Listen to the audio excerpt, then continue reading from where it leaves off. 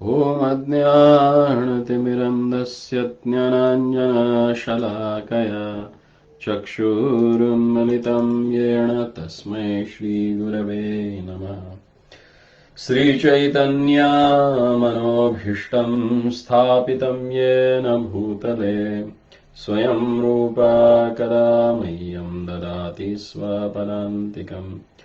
वन्देऽहं श्रीगुरोः श्रीयुतापदकमलं श्रीगुरून् वैष्णवाञ्च श्रीरूपं साग्रजातं सहगणरघुनाथान्वितं तं सजीवं साद्वैतं सावधूतं परिजनसहितं कृष्णचैतन्यदेवं श्रीराधाकृष्णपादान् सहगणललिता श्रीविशाखान्वितांश।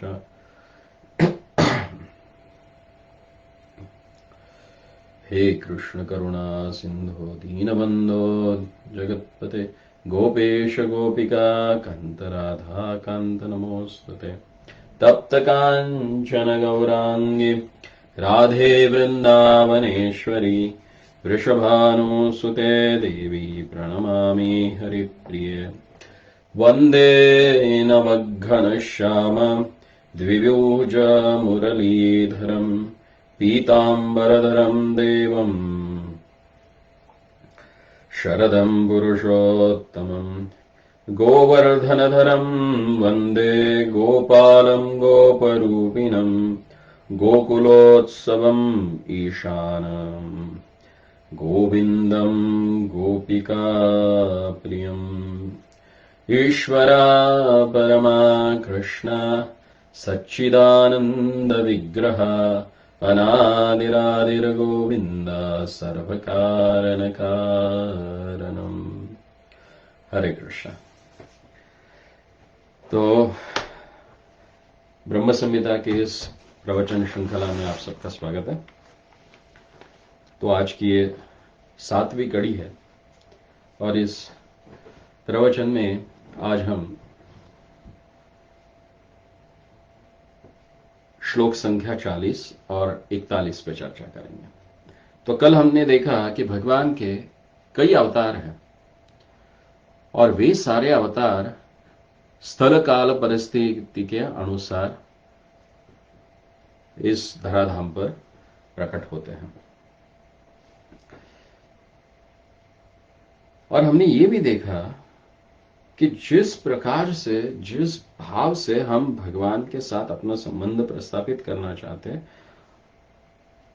उस भाव के अनुरूप हमें जो भी आवश्यक है वो भगवान स्वयं हमें प्रदान कर देते हैं। और फिर अचिंत्य भेदाभेद तत्व क्या है, इसके बारे में भी हमने चर्चा की।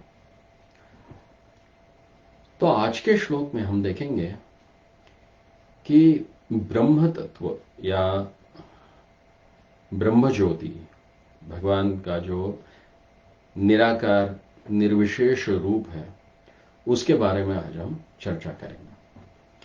तो इस श्लोक क्रमांक 40 में ब्रह्मा जी कहते हैं, यस्य प्रभा प्रभवतो जगदंड कोटि कोटिष्वशेष वसुधादि विभूति भिन्नम् तद्ब्रह्म निष्कलमनन्तमशेष भूतम् गोविन्दमादि पुरुषं तमहं भजामि। वे कहते हैं यहां पे कि जगदंड कोटि कोटिषु, गोविंद के विभूति रूप जो है वो करोड़ों करोड़ों ब्रह्मांडों में है और अशेष वसुधादि विभूति भिन्न, यानी अनंत पृथ्वी आदि विभूति समूह से पृथक है। और निष्कलम यानी निरुपाधि और अनंत अपरिमित है।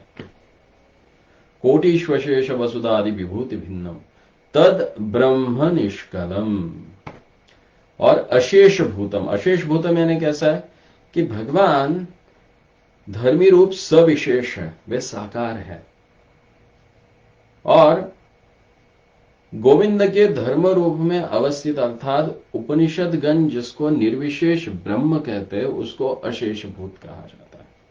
और तद ब्रह्म यानी वो ब्रह्म, वो क्या है? यस्य प्रभवता, जो प्रभावशाली गोविंद की प्रभा है। यस्य प्रभा प्रभवतो,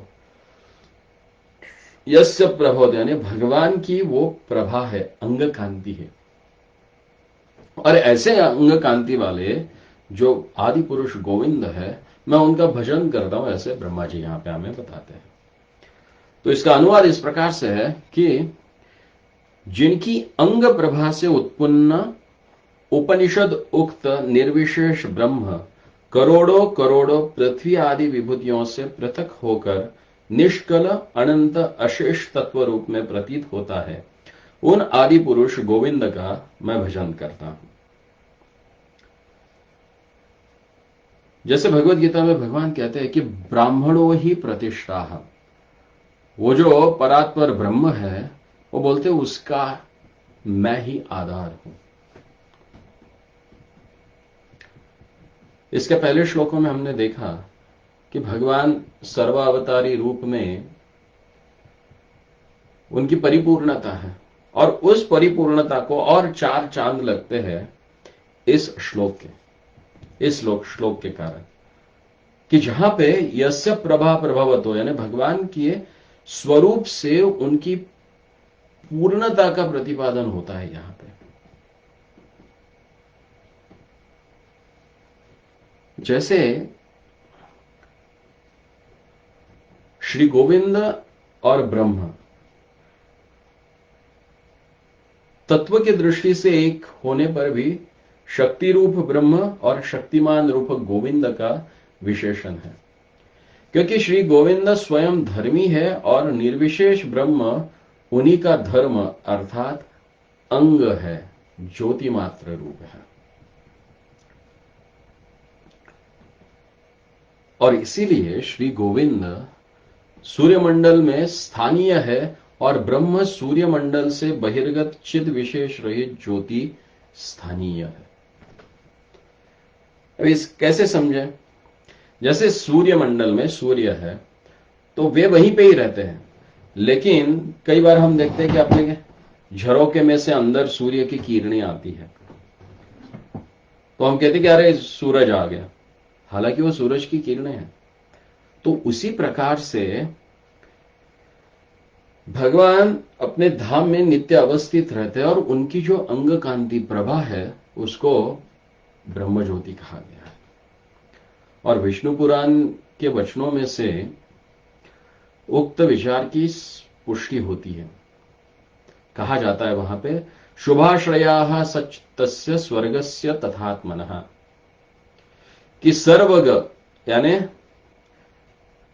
भगवान सब जगह पे जाने वाले हैं, और आत्मा का स्वरूप भी कहा गया है कि सर्वग यानी हर जगह पे घूमता रहता है। तो सर्वग आत्मा का आश्रय भी अर्थात उसकी प्रतिष्ठा भी परब्रह्म यानी भगवान स्वयं है। और गीता में तो भगवान कहते ही है कि ब्राह्मणों ही प्रतिष्ठा हम, अर्थात मैं ही ब्रह्म की प्रतिष्ठा या आश्रय हूं। और श्रीमद् भागवत के 11वें स्कंद के 16वें अध्याय में 37वां श्लोक है, जहां पे कहा गया है कि ये सारी विभूतियां जो है, जैसे यहां बताते हैं पृथ्वी वायुर आकाश आप ज्योतिर अहम,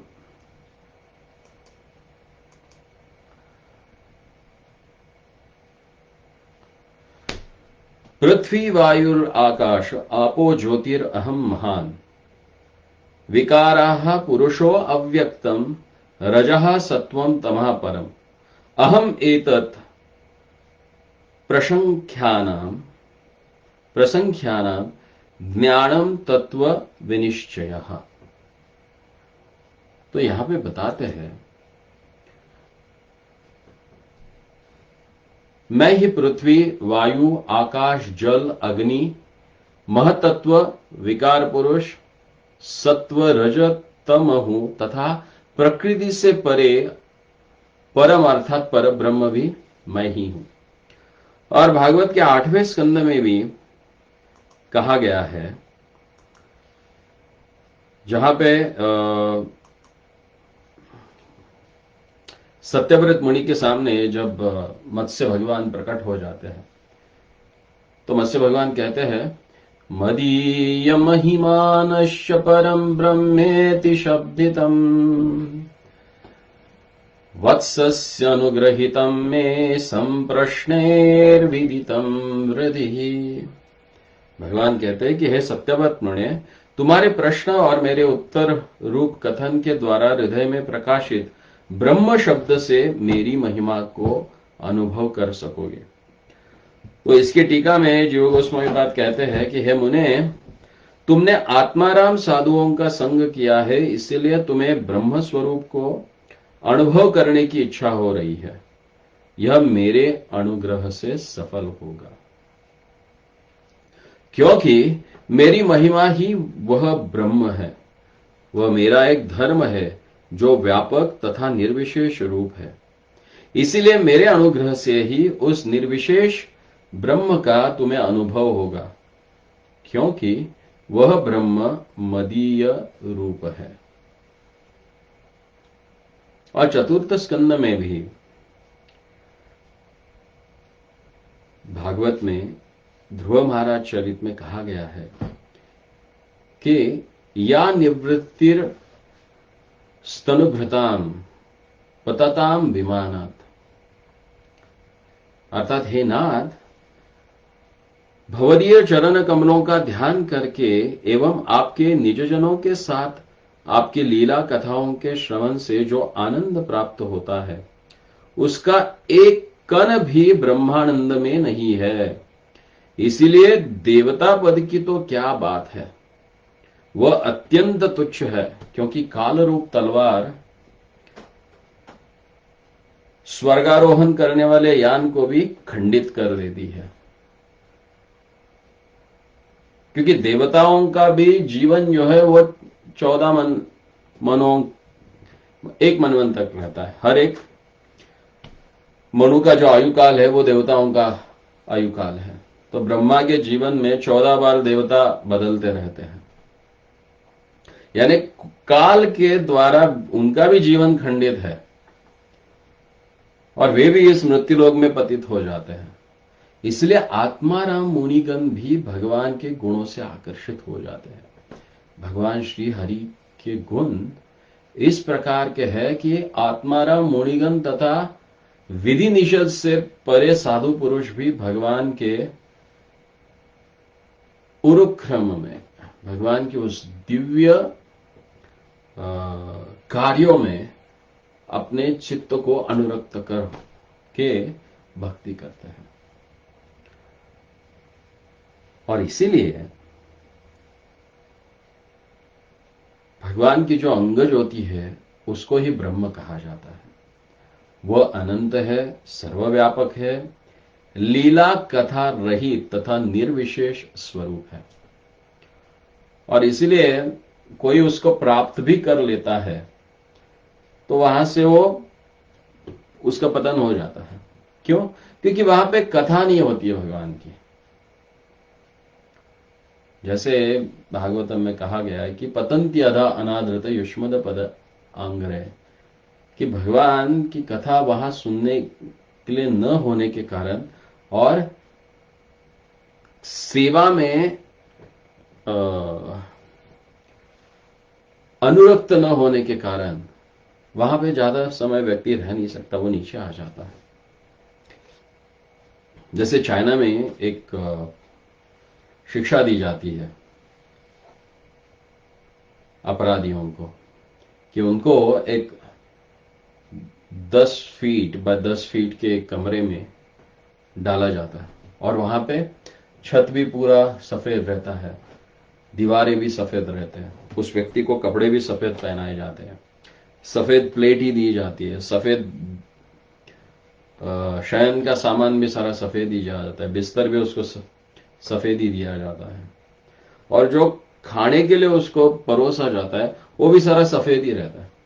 तो सारा सफेद सफेद मोनोटोनिक देखकर वो व्यक्ति पागल हो जाता है। तो वही स्थिति जीव की हो जाती है कि जो बद्ध स्थिति में इतना क्रियाशील है, अगर वो मुक्त होकर ऐसी स्थिति में गया कि वहां पे उसको किसी भी प्रकार की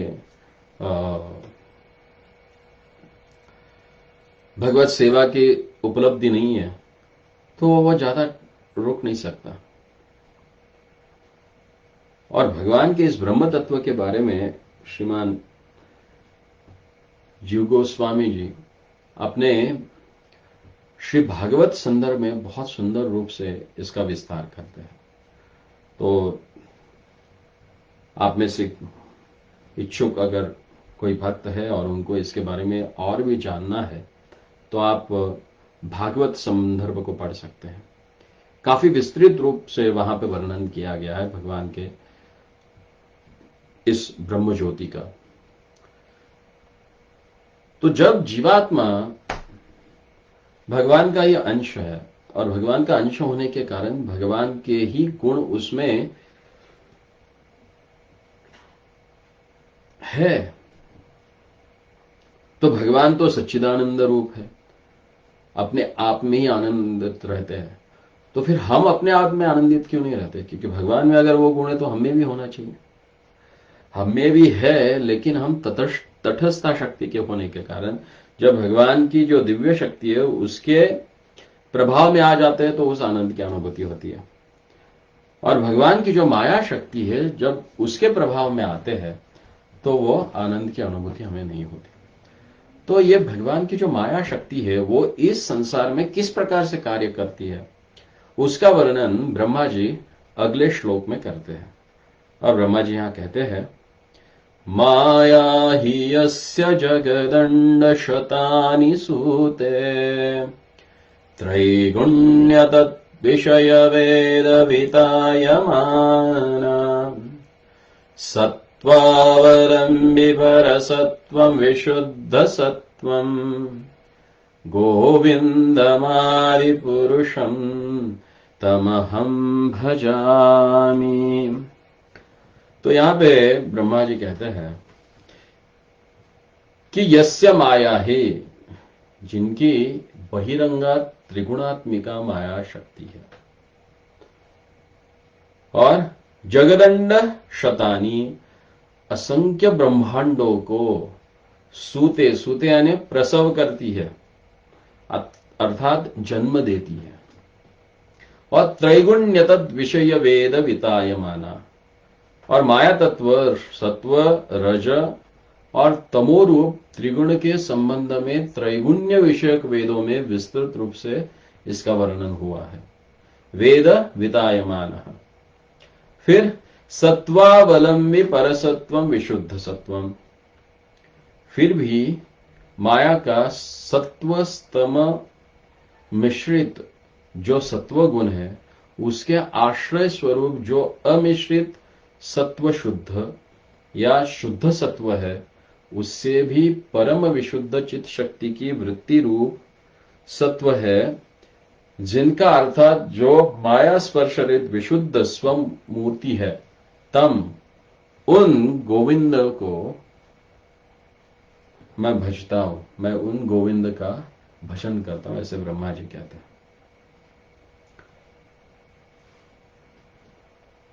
तो इसका अनुवाद ऐसे है, जो माया सत्व रज तम त्रिगुणमयी है और इस ब्रह्मांड विषयक वेद के ज्ञान के विस्तारिणी है, जो भगवान की अपरा शक्ति स्वरूपा है, ऐसी माया के आश्रय स्वरूप विशुद्ध सत्व स्वरूप आदि पुरुष श्री गोविंद का मैं भजन करता हूं।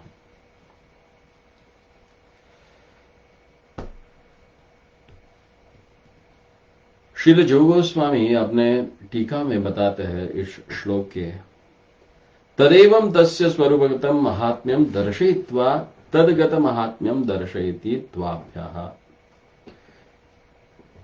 यहां पे तदेवं तस्य,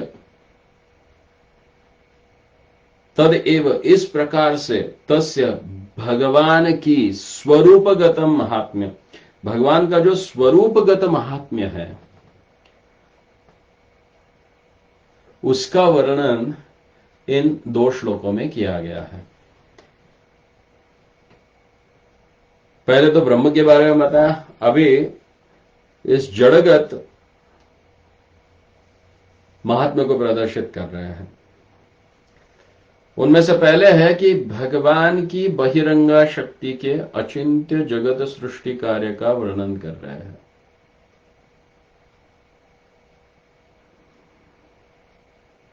हालांकि भगवान इसी माया शक्ति के द्वारा पूरे भौतिक जगत का सृजन करते हैं, लेकिन उस माया का इन्हें स्पर्श नहीं होता है। उस माया के प्रभाव के उस माया का कोई भी प्रभाव भगवान पे नहीं होता। और यहीं पे मायावाद सिद्धांत का खंडन होता है। वे कहते हैं कि जब माया के संपर्क में वो परब्रह्म आ जाता है तो वे नर रूप धारण कर लेते हैं, ये भौतिक शरीर को धारण कर लेते हैं। लेकिन नहीं है, यहां पे कहा गया है कि भगवान सदैव विशुद्ध सत्व है। इसलिए यहां पे कहती है कि सत्वावलंबी परसत्वम विशुद्ध सत्वम। भगवंत कैसे है कि वे माया का स्पर्श रहित विशुद्ध सत्व की मूर्ति है। शुद्धम विशुद्ध सत्वम वासुदेव कल्पितम। शुद्ध सत्व जो है उसको विशुद्ध सत्व यानी वासुदेव ही कहा जाता है। तो ऐसे विशुद्ध सत्व भगवान जो त्रिगुणमयी माया है उसके प्रभाव में कभी नहीं आते। वही बात यहां पे स्पष्ट रूप से ब्रह्मा जी कह रहे हैं और मायावाद का खंडन कर रहे हैं कि भाई ऐसा नहीं है कि माया के संपर्क में आने के कारण भगवान अपना रूप धारण कर लेते, बल्कि यहां पे गया है कि विशुद्ध सत्व स्वरूप आदि पुरुष गोविंद है। विशुद्ध है, विशिष्ट शुद्ध यानी विशेष रूप से भगवान शुद्ध है। अरे जिनका नाम लेने से सब मंगलमय हो जाता है, क्या वे किसी के प्रभाव में आ सकते हैं? खास करके भौतिक जगत के 3 गुणों के प्रभाव में प्रश्न ही नहीं आता।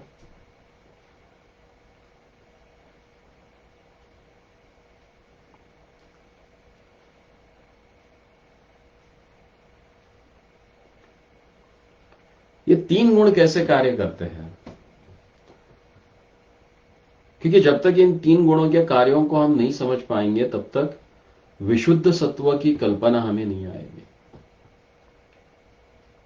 अब ये 3 गुण कौन से हैं? सत्वगुण है, रजोगुण है, तमोगुण है। इसमें से रजोगुण के द्वारा सृष्टि होती है। रजमिश्रित सत्व से स्थिति या पालन होता है और तमोगुण से विनाश या प्रलय होता है। और इन तीनों गुणों के मिश्रण को प्राकृत सत्व कहते हैं।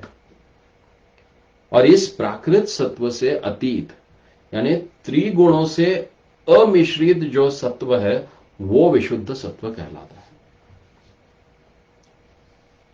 और यह शुद्ध सत्व अप्राकृत होता है, उसको परसत्व भी कहा गया है। और इससे भी श्रेष्ठ परसत्व में जिस स्वरूप की नित्य स्थिति होती है वो है विशुद्ध सत्व। वो हमें समझना। और ये विशुद्ध सत्व क्या है? तो भगवान की जो चित्त शक्ति है उसकी ये वृत्ति है।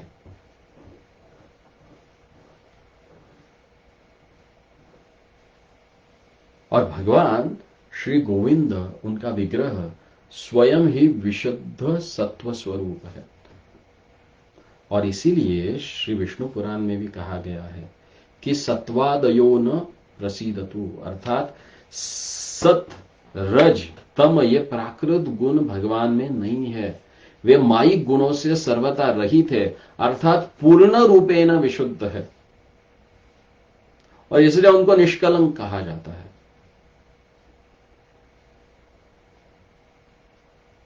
और ऐसे जो विशुद्ध आदि पुरुष है वे हमारे प्रति प्रसन्न रहे और उनकी हम भक्ति करें, ऐसा ब्रह्मा जी यहां पे कह रहे हैं।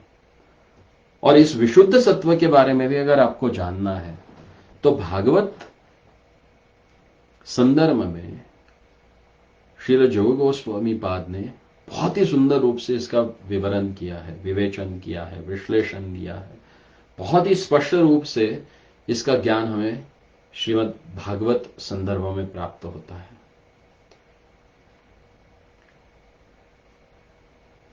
तो इससे एक बात तो हमारे समझ में आती है कि वेद भी त्रिगुणमयी है और ये त्रिगुणमयी वेदों में ही सत्व रज तमो गुण का पूरी तरह से वर्णन किया गया है। और इन वेदों के अतीत जो भगवान है वे कभी भी इस त्रिगुणमयी माया के प्रभाव में आते नहीं है, क्योंकि वे विशुद्ध सत्व है। बल्कि जो व्यक्ति उनका आश्रय ग्रहण कर लेता है, जैसे भगवत गीता में भगवान बताते हैं कि दैवी हेषा गुणमयी मम माया दुरत्तया माम एव ये प्रपद्यन्ते मायाम एताम तरन्ति। कि ये त्रिगुणमयी मेरी जो माया है इसको लांघना, पार करना सबके बस की बात नहीं है। लेकिन जो मेरी दैवी प्रकृति का आश्रय ग्रहण कर लेता है, यानी भगवान का जो विशुद्ध सत्व स्वरूप है उसका जो आश्रय ग्रहण कर लेता है, वो व्यक्ति निश्चित रूप से इस माया के प्रभाव से बाहर निकल जाता है। यह हमें अच्छी तरह से समझना चाहिए। और फिर आगे के श्लोक में भगवान का जो एक उज्जवल, उन्नत, प्रेममय मोहनता जो है, मोहकता जो है भगवान की, उसका वर्णन ब्रह्मा जी यहां पे करते हैं। जैसे आज के पहले श्लोक में यानी 40वें श्लोक में हमने देखा कि भगवान का जो ब्रह्म ज्योति स्वरूप है उसका उन्होंने वर्णन किया और ब्रह्मा जी ने हमें समझाया कि साकार शुद्ध स्वरूप भगवान इस ब्रह्म ज्योति के अधिष्ठाता है और वे इस ब्रह्म ज्योति से परे हैं। परो अव्यक्तात्, नारायणो परो अव्यक्तात्, इस अव्यक्त ब्रह्म रूप से परे जो है वे नारायण, भगवान का वहां पे वास है। और भगवान भी भगवत गीता में बताते हैं कि ब्राह्मणों ही प्रतिष्ठा हम, मैं ही इस निर्विशेष निराकार अव्यय ब्रह्म की प्रतिष्ठा हूं, आधार हूं। फिर आगे बताते हैं माया के बारे में। भगवान माया के प्रभाव में नहीं आते, बल्कि माया भगवान के प्रभाव में कार्य करती है और भगवान विशुद्ध सत्व में है। तो ऐसे जो विशुद्ध सत्व में भगवान है उनमें कौन सी ऐसी मोहकता है कि जिसके कारण आत्माराम मुनि भी उनकी तरफ आकर्षित हो जाते हैं। और उसका वर्णन इस 42वें श्लोक में ब्रह्मा जी करते हैं। और ब्रह्मा जी कहते हैं यहां पे, आनंद चिन्मय रसात्मतया मनस्सो यह प्राणिनां प्रतिफलं स्मरतामुपेत्य लीलायितेन भुवनानि जयत्यजस्रम् गोविंदमादिपुरुषं तमहं भजामि। वे कहते हैं यह यानी जो आनंद चिन्मय रसात्मतया, जो उनकी जो आनंदमय, आनंद चिन्मय जो रस है, यानी उज्जवल नामक जो उनका प्रेम रस है, उससे जो पूरी तरह से विभावित होने के कारण प्राणी नाम यानी प्राणियों के मनहसु शुद्ध हृदय में प्रतिफलन, कुछ अंश में यानी प्रतिबिंबित रूप में प्रतिफलित होकर स्मरताम उपेत्य कंदर्भ स्वरूपता प्रकट करते हुए लीलायतेन अपने लीला विलास द्वारा अजस्त्रम निरंतर भुवनानि ब्रह्मांडों का जयति जय युक्त कर रहे हैं, तम उन आदि पुरुष गोविंद का मैं भजन करता हूं। बहुत ही सुंदर रूप से बताया यहां पे। इसका अनुवाद इस प्रकार से है कि जो आनंद चिन्मय रस स्वरूप अर्थात उज्जवल श्रृंगार रस स्वरूप में स्मरणकारी प्राणियों के मन में प्रतिफलित अर्थात उदित होकर साक्षात मनमथ के भी मनमत होते हैं तथा अपनी लीला चेष्टाओं के द्वारा निरंतर त्रिभुवन को जय करते हैं, उन आदि पुरुष गोविंद का मैं भजन करता हूं। जीव गोस्वामी बाद अपनी टीका में पहले ही वाक्य में बताते हैं हमें, अथ तन्मोहन त्वात् अहम, कि अथ तन्मय मोहनत्वां आह आनंदेति। ब्रह्मा जी गोविंद देव के उन्नत उज्जवल प्रेममय रस की जो मोहकता है या मोहनता है उसका वर्णन यहां पे कर रहे हैं।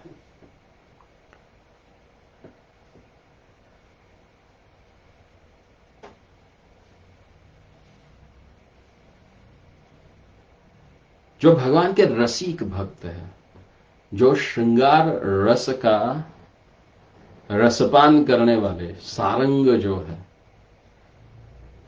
ऐसे व्यक्ति ही इस उन्नत उज्जवल प्रेम रस का आस्वादन कर सकते हैं।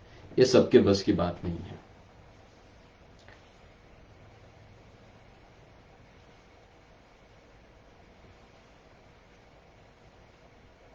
जब किसी रसिक भक्त का हम संग करते हैं, जिन्होंने अपने साधना में सिद्धता प्राप्त की है, ऐसे भक्तों का जब हम संग करते हैं तो ऐसे भक्तों के संग से हमें प्राप्त क्या होता है कि भगवान का नाम रूप गुण लीला आदि का निरंतर हम स्मरण कर सकते हैं।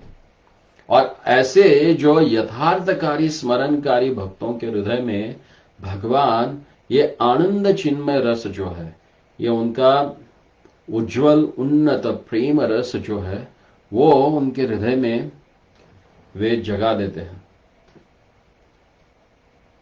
प्रतिफलित करते हैं।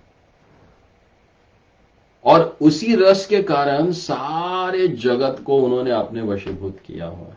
आप देखिए, भगवान जब बंसी बजाते हैं तो चर अचर सब कुछ उनके अधीन हो जाता है, और ये केवल प्रेम से होता है। इसलिए हम कभी भी देखते हैं कि जो चीज शक्ति से नहीं होती है या ताकत से नहीं होती है, वो प्रेम के दो मीठे बोलों से हो जाती है, क्योंकि ये प्रेम का प्रभाव है। और यहां पे तो भगवान स्वयं साक्षात प्रेम के मूर्तिमान स्वरूप है। तो ऐसे मूर्तिमान स्वरूप भगवत जो है, वे मनमथ है। वे क्या कर देते हैं, जैसे मनमत किसको कहा जाता है, कंदर्प को। इस भौतिक जगत में स्त्री या पुरुष का सौंदर्य देखने के बाद उस सौंदर्य के प्रति आसक्त होकर मन का मथना शुरू हो जाता है, मंथन शुरू हो जाता है। यानी हमारे मन को विचलित करने का कार्य कौन करता है, कामदेव। और उस कामदेव के मन को मथने का काम कौन करते हैं, उनको मनमथ कहा जाता है, और वे है भगवान श्री कृष्ण। क्यों? क्योंकि उनके पास वो उन्नत उज्जवल प्रेम रस की जो खान है, उस रस के कारण, उनके उस मोहनत्व के कारण, मोहकता के कारण कंदर्प भी उनके ऊपर मोहित हो जाता है और उसका मन भी मथ जाता है। तो यहां पे देखिए कैसे लीला वैचित्र्य हम देख रहे हैं इन 3 श्लोकों में। जिनका मन मथा नहीं जाता है, वे आत्माराम मुनि ब्रह्म ज्योति को प्राप्त कर लेते हैं। यानी ज्ञानी जो है, जो भौतिक आसक्तियों से परे है, वे ब्रह्म ज्योति को प्राप्त कर लेते हैं। और वो ब्रह्म ज्योति क्या है, वे भगवान की प्रभा है। लेकिन वहां पे लीला कथा नहीं है। तो लीला कथा कहां है? विशुद्ध सत्व, जो भगवान विशुद्ध सत्व है, जो कि इस भौतिक जगत के रज तम और सत्व गुणों के अधीन नहीं होते। इसलिए भगवान की जो लीला है वो इस जगत के कार्यों के समान नहीं है। इसलिए हमें बहुत ही अच्छी तरह से इस सिद्धांत को हमारे हृदय में और बुद्धि में बिठाना चाहिए कि जिसके कारण हम भगवान के लीलाओं के प्रति अपराध ना करें। नहीं तो होता क्या है कि भगवान के लीलाओं की तुलना हम इस भौतिक जगत के जीवों के कार्यों से करना शुरू कर देते हैं। और भौतिक जगत के जीवों के कार्य ये माया के प्रभाव से होते हैं, बल्कि भगवान उस माया को प्रभावित करके अपना कार्य करवाते हैं।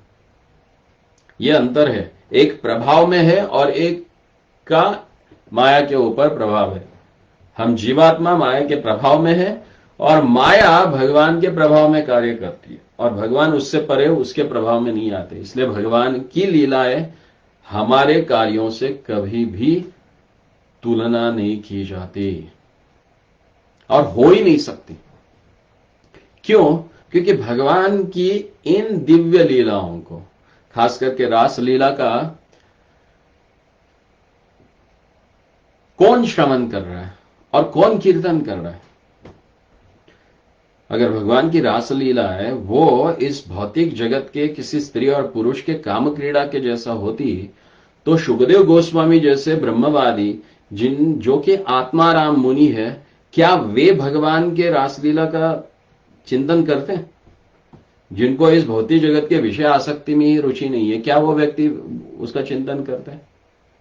और इसलिए ये बात हमें समझने के लिए ब्रह्मा जी ने ये दो चीजें एक साथ बता के फिर भगवान के दिव्य प्रेम रस के बारे में बताया गया। क्योंकि भगवान के गोपियों के साथ जो प्रेम संबंध है वो इस भौतिक जगत के स्त्री पुरुष के जैसा नहीं है। और हमें समझना चाहिए, भगवान ने जो रास लीला की है उस समय उनकी आयु क्या थी? 7 साल। आप विचार कीजिए, आपके 7 साल के बच्चे हैं, जब वे खेलते हैं तो उनमें क्या काम भावना रहती है कि जिससे प्रेरित होकर वो किसी छोटे बच्चियों के साथ बच्चे और बच्चियों के साथ बच्चे खेल रहे होते हैं?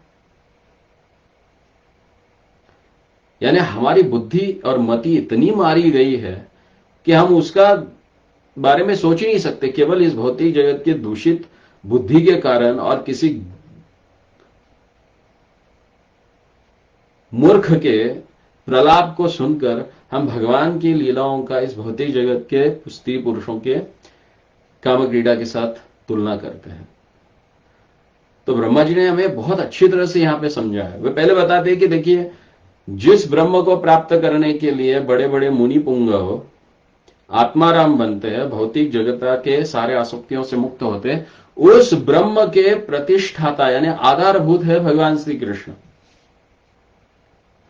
फिर दूसरे श्लोक में बताते हैं कि वे भगवान जो भौतिक जगत की माया है, जो इस भौतिक जगत के हर जीव को चलायमान रखती है, और किनके आदेश से? यस्याज्ञया भ्रवति समृद्ध कालच, भगवान श्री कृष्ण के प्रभाव से। यस्य प्रभा प्रभवतो, उनके प्रभाव से इस भौतिक जगत के सृजन करती है वो। तो क्या वो माया भगवान के ऊपर प्रभाव डाल सकती है?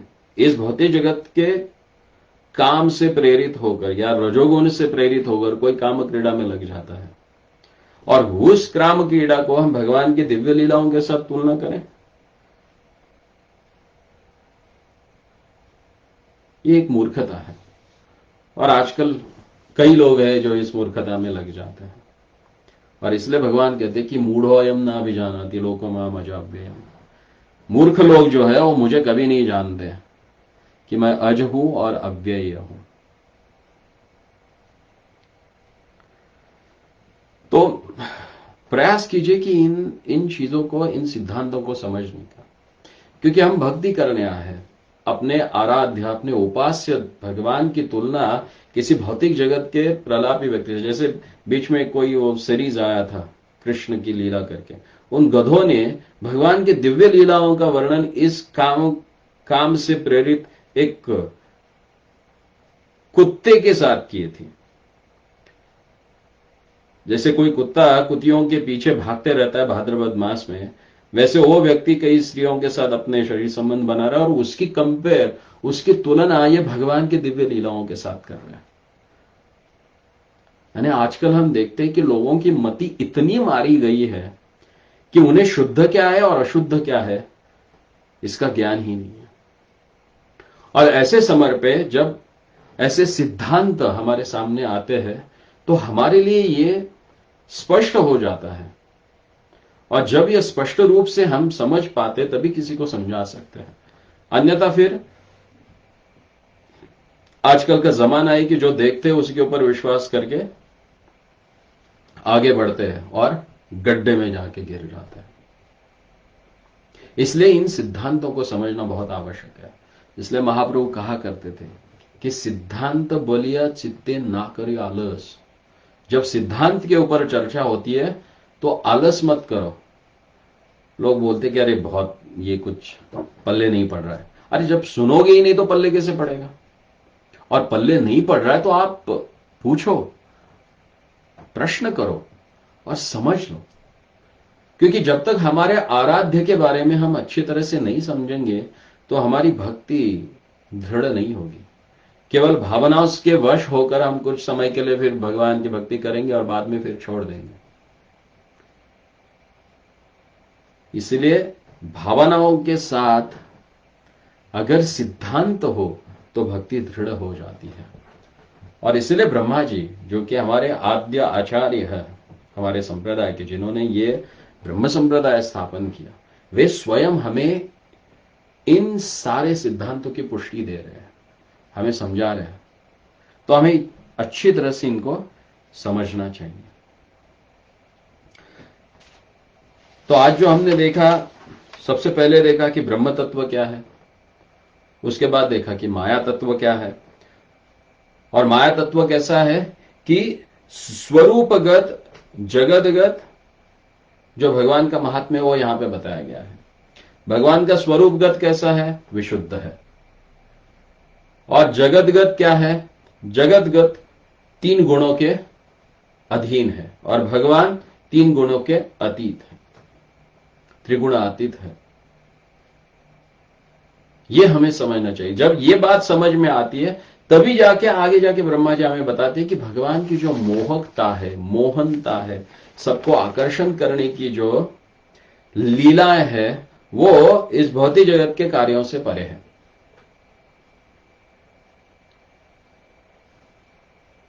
आशा करता हूं कि इस सिद्धांत को आप समझ पा रहे हैं और इसको समझना बहुत ही आवश्यक है। अगर नहीं समझे हम तो फिर पूरे जीवन भर भगवान के प्रति दृढ़ श्रद्धा, निष्ठा, ये सब नहीं प्राप्त हो सकता। भावुकता के साथ साथ सिद्धांत की बहुत ही आवश्यकता है। प्रेम करना है लेकिन अंधा प्रेम नहीं करना है हमें। जैसे भौतिक जगत में हम अंधा प्रेम करते हैं, यहां पे सजग रह के, इसलिए कहा जाता है कि कृष्ण भावना भावित, कृष्ण भावना से सदैव भावित रहना है। तो इन सिद्धांतों को हमें समझना ही होगा। तो फिर कल से हम पंचोपासना जो क्या होती है और स्वयं ब्रह्मा जी कैसे इसके बारे में हमें बताते हैं, और ये पंचोपासना के कौन कौन से अधिष्ठा देवता है, किन किन 5 देवताओं की उपासना की जाती है, किन देवताओं की किस प्रकार से उपासना की जाती है, उसका वर्णन ब्रह्मा जी आगे के श्लोकों में करेंगे। तो आशा करता हूं कि आज का जो विषय है जिसके ऊपर हमने चर्चा की वो आपको काफी हद तक समझ में आ गया होगा। अगर कोई इसके ऊपर आपको प्रश्न है तो आप कमेंट्स में लिख सकते हैं, फिर उन प्रश्नों के ऊपर हम कल चर्चा करेंगे। और कल के चर्चा का हमारा विषय रहेगा कि पंचोदय उपासना और भगवान का निज धामगत महात्म्य। फिर दुर्गा जी के कौन है, शिव जी कौन है, श्री विष्णु कौन है, श्री विष्णु में भी कारणोदक्षाई विष्णु, गर्भोदक्षाई विष्णु और शिरोदक्षाई विष्णु कौन है। फिर ब्रह्मा, गणेश, सूर्य आदि जो देवता है उनकी क्या स्थिति है, इसके ऊपर हम कल से चर्चा करेंगे। तो बहुत बहुत धन्यवाद आप सबका कि आज आप यहां पे उपस्थित है और इस कथा को सुन रहे। यह हमें काफी उत्साह देता है ताकि हम आगे इसी प्रकार से इन सुंदर रत्नों के ऊपर इन रत्नों का परखने का फिर प्रयास करेंगे। और खास करके इस पुरुषोत्तम मास में भगवान पुरुषोत्तम के बारे में सिद्धांत को समझना यह बहुत ही महत्वपूर्ण बात है। कहा जाता है कि इस पुरुषोत्तम मास में जो भी आप कुछ साधना करते हो तो वो साधना जैसे कोई कार्तिक में कर लेता है तो कार्तिक में किए गए साधना के 16 गुना ज्यादा फल इस मास में हमें प्राप्त होता है। तो भगवान श्री कृष्ण के अंतर प्रेरणा से और कई भक्तों के इच्छा के कारण वास्तवता से हमने इस ब्रह्म संहिता के ऊपर चर्चा करने का विचार किया, क्योंकि पूरा गौड़ीय सिद्धांत इन 62 श्लोकों में ब्रह्म संहिता के 5वें अध्याय में ब्रह्मा जी ने हमें दे दिया। अगर यह सिद्धांत आपको समझ में आया तो जीवन भर के लिए इस गौड़ीय संप्रदाय में हम भक्ति करने के लिए पात्र हो जाते हैं। आपके कोई भी किसी प्रकार के प्रश्न हो ब्रह्म संहिता के ऊपर, आप यहां कमेंट में लिख दीजिए और हम प्रयास करेंगे हमारे पूर्वाचार्य तथा हमारे जो वरिष्ठ भक्त हैं उनकी सलाह से, उनके मार्गदर्शन से उन प्रश्नों का उत्तर देने का हम प्रयास करेंगे।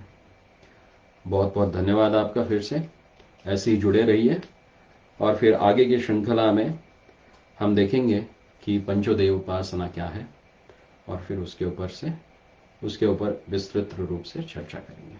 हरे कृष्ण। श्री कृष्णचंद्र भगवान की जय, श्री ब्रह्मा जी की जय, श्रील प्रभुपाद की जय, श्री श्री ब्रह्म संहिता की जय। बहुत बहुत धन्यवाद।